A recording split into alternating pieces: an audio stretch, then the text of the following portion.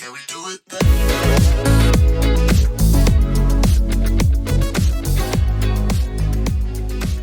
Hello, everyone, and welcome to Vibration, where we empower individuals to speak their distinct truth, passion, and personal message on a global online stage.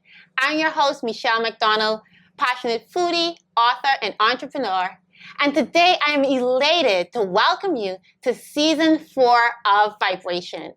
We are taking on the theme of celebrating the creatives and artists of the Bahamas with none other than the fabulous, very well-known Dr. Nicolette Bethel. And although she needs no introduction, I did one anyway. Dr. Bethel, welcome to the stage. Thank you so much. It's a pleasure to be on the show. And for those who may not know you, is there something else you can share? Well, I'm a writer, director, producer, an anthropologist, and a professor at the University of the Bahamas. Awesome, thank you. Now, we have certainly come a very long way. In 2023, I applied for Shakespeare in Paradise as one of the directors, and then I had the opportunity to be in one of your films in Shakespeare in Paradise. Yes. Being able to bring a particular character to life, which Yes. we'll dive into later. Indeed. How does it feel to be seen as the face of Bahamian theater, being able to merge the different generations? For Wow. example, those who remember the Dundas before and those who are the youth that are being poured into it now. I have no idea how to answer that question. I didn't know that's how I was seen. So, I guess, wow, overwhelmed? Totally understandable. Yeah, it's an honor to be able to continue the tradition. The Bahamian theater tradition is really strong. It's one of the best in the Caribbean. And I felt for a period of time that we were in danger of losing what we had built up. And we wanted to make sure that that didn't happen. Theater and film are related. I know there's a lot of activity in film and TV, but they're not the same thing. Yeah. There's something about theater that I think we need as humans. So wanted to make sure it happens.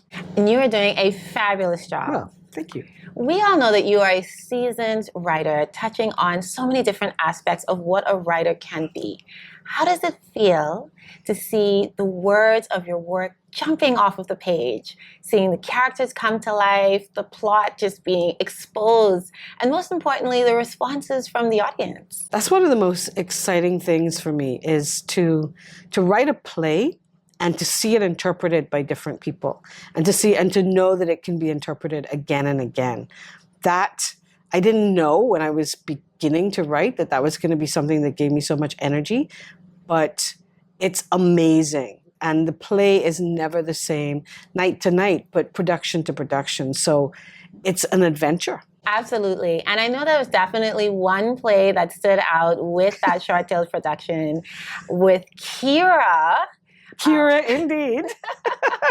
And her evolving. Talk about that a little bit. I wanted to write kind of murder mystery. What is it? There's nothing mysterious, but I wanted to write about that impulse, right? And I don't know. I mean, Kira had to be there because she really is the character that takes it over the top. Like, her husband is not a pleasant man, At all. but Kira is just... Like, my favorite line is, "You're taking a very long time to die." Yes. And guess what? That actually won best line in the short tales. Oh, really? Interestingly Well, enough. it's a great line. I don't know where it came from, but suddenly it was there on the page, and you delivered it so well. Thank you. Thank you so much. And hey, that just shows the impact of theater. One line. Absolutely. It's what everyone remembers. So I know one of the biggest things that a director has to do is trust their ensemble. So today I am asking you to trust me. Okay. We are going to do a rapid fire session. The very first answer that comes to you, I want you to give it to me. Okay. Are we good? All right. What's your favorite, coconut or pineapple tart? Coconut. Oh, you're good. Love that. For the infamous green room, if it could be another name, what would that be? I don't know. If it is green room? Cookie Allen's. Oh, I love that. That's very interesting. And last one, you act and you direct, and you write. If you could pick one of the three, what would it be? Writing. Oh, love it. Yeah, I can see it. I can see it. Thank you. Oh, and why would that be? Okay, because that's what I've been doing. That is what I have been all my life. Acting is the last one. Directing, I really enjoy, but I have to write. I can't. If I'm not writing, I'm not alive. So writing. In theater, one of the most difficult things to do is to face reality. And what I mean by that is talking about uncomfortable topics. In the theater, especially at the Dundas, we have had plays that have really touched on the things that are happening in the Bahamas. And it really causes the audience to pause. Why do you think it's important to really showcase these on the stage?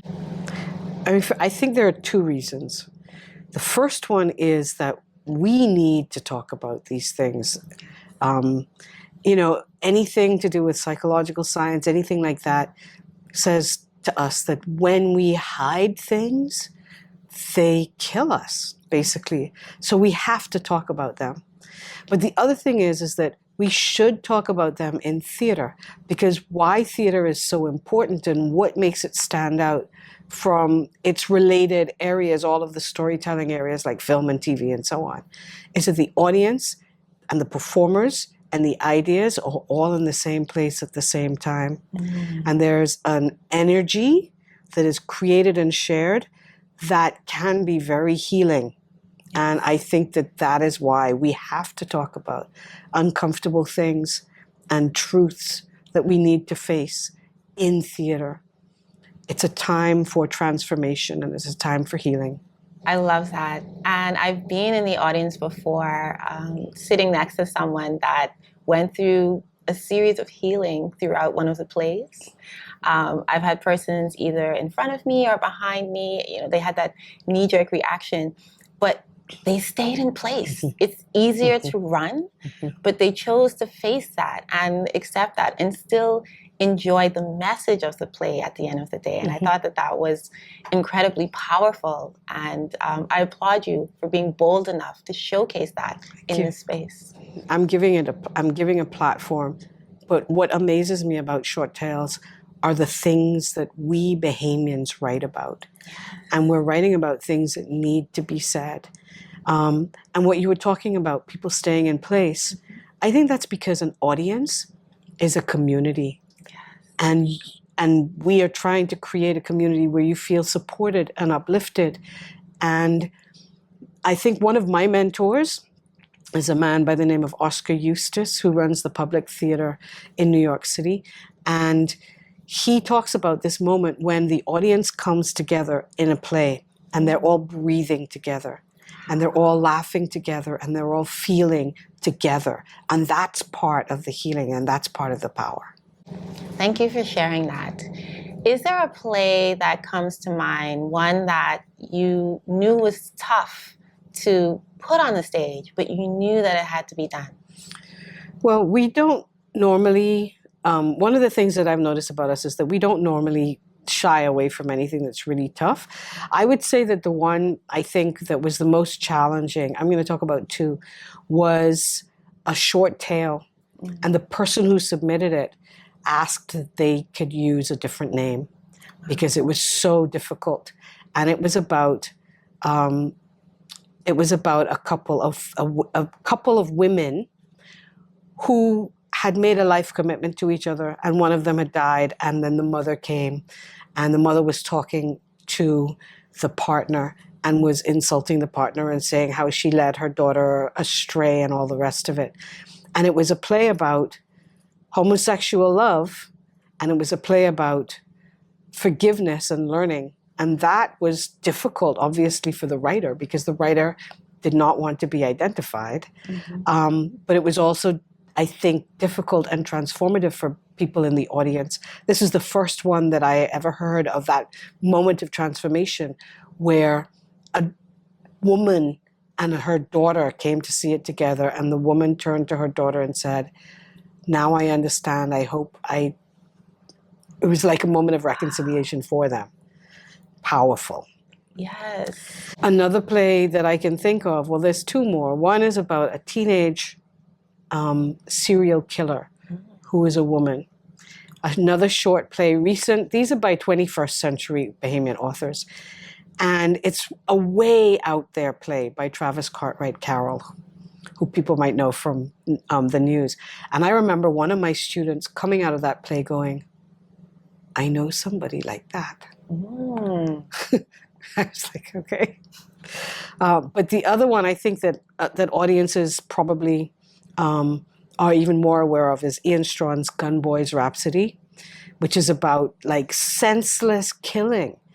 It's taking from the street what is happening all the time. Young men killing each other over so little. And also the collateral damage that they create. I don't know that was a difficult thing necessarily to write. Ian Strawn and others like us who write, we have to write these things, right? But I know that the audiences were moved and transformed by that play as well. So. Dr. Bethel, thank you so much for sharing that. Being able to touch strangers through words, through a concept that came from your heart, from your soul, from Ian's soul, from the soul of all of those writers, and having the courage to really step up and allow persons to know that you are seen, you are heard, you are valued, and this message is for you. And then walking away with that is truly powerful. Thank you. Yeah, thank you. Dr. Bethel, you are a true visionary, and I thank you for all that you have done to allow creatives to express themselves through writing, acting, directing, and just creating a rich Bahamian theatrical culture for generations to come. And of course, being in your space, your domain. Thank you. Well, thank you. It's great. It's coming along. We got a lot of support for it. But it's a work in progress, and we still need to do more. So support the Dundas. This is what we do. And what are the ways we can do that? You can donate your time. You can donate your money. We need people to work. We're opening back up the big theater, so we need more hands on deck. Time, money, energy, goodwill, all of that stuff. And is there a figure that you're working with when it comes to the funds? In terms of the funds, we have been able to, we've got our air conditioning, it's working, but we still we still could use another 100,000 because we want to bring everything up into the 21st century. This is an old building, 90 years old. We want to make it so that people who are in the 2020s don't feel like it's going to fall down around their heads at any time soon. So, yes, we got some work to do. We certainly do. And thank you for sharing that with us. A very special thank you to our audience for watching and our show sponsor, Amber L, who encourages you to nourish your everyday skin glow. I invite you to tune in next week for another episode of Vibration, where we raise your frequency and amplify your truth. Bye, everyone.